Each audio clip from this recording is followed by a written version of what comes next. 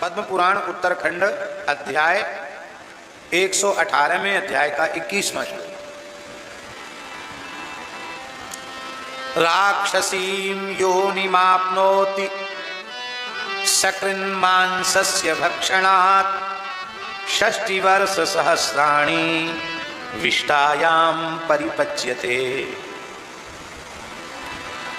पुराण और उसका खंड और उसकी श्लोक संख्या अध्याय संख्या इसलिए बताई जिसमें आपको हमारी बात पर भरोसा न हो तो आप ग्रंथ निकाल कर उसे देख सकते।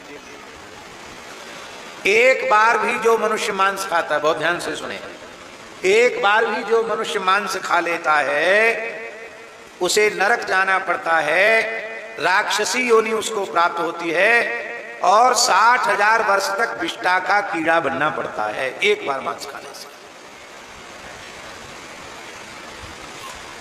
अब एक बात और सुन लीजिए, बहुत से लोग कहते हैं कि क्षत्रियों को तो मांस खाना चाहिए, क्षत्रियों में मांस खाने की परंपरा पुरानी है। ऐसा बहुत से लोग आजकल के विचारक कहते हैं। हम बहुत पीछे नहीं जा रहे हैं, बहुत निकट की बात बोल रहे हैं आपको। महाराणा प्रताप का नाम आप लोगों ने सुना है कि नहीं, जानते हैं कि नहीं? यदि महाराणा प्रताप जी का नाम नहीं सुना है और नहीं जानते उनके बारे में तो आपको भारतीय कहलाने का अधिकार नहीं। वह महाराणा प्रताप जिसका सपना आने पर मुगल बादशाह के कपड़े बिगड़ जाते थे, कपड़े में मलमूत्र कर देते थे बादशाह सपने में महाराणा प्रताप के आने पर। वो महाराणा प्रताप अंतिम क्षण तक लड़ते रहे पर गुलामी को स्वीकार उन्होंने नहीं किया।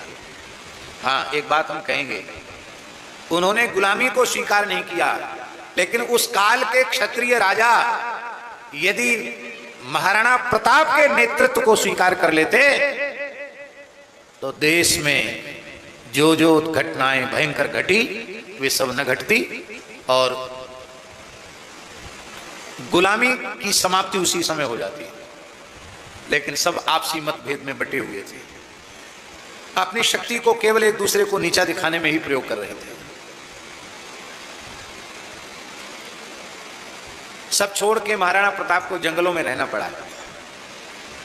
कवियों ने कैसी कैसी कविताएं लिखी हैं। जंगली बिलाव, महाराणा प्रताप के छोटे छोटे बच्चों की जो रोटी थी उसको जंगली बिलाव ले गया। और वो रोटी किसकी रोटी थी बोलो, हैं? किसकी रोटी थी? घास की रोटी थी, आटे की रोटी नहीं थी। और उस घास की रोटी को भी जंगली बिलाव ले गया। और महाराणा प्रताप के छोटे बच्चे रो रहे हैं भूख के मारे। महाराणा प्रताप की आंख में पानी आ जाता है, लेकिन फिर भी वे कहते हैं हम अकबर से संधि नहीं करेंगे। अब हम आपसे पूछ रहे हैं कि क्षत्रिय मांस खाते होते तो महाराणा प्रताप जंगल में थे, शिकार करके मांस क्यों नहीं खाया उन्होंने?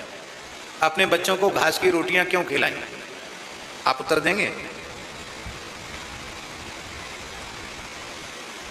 महाराज छत्रपति शिवाजी पूर्ण शाकाहारी थे, अपने जीवन में कभी न मद्य का स्पर्श किया न कभी मांस का स्पर्श किया।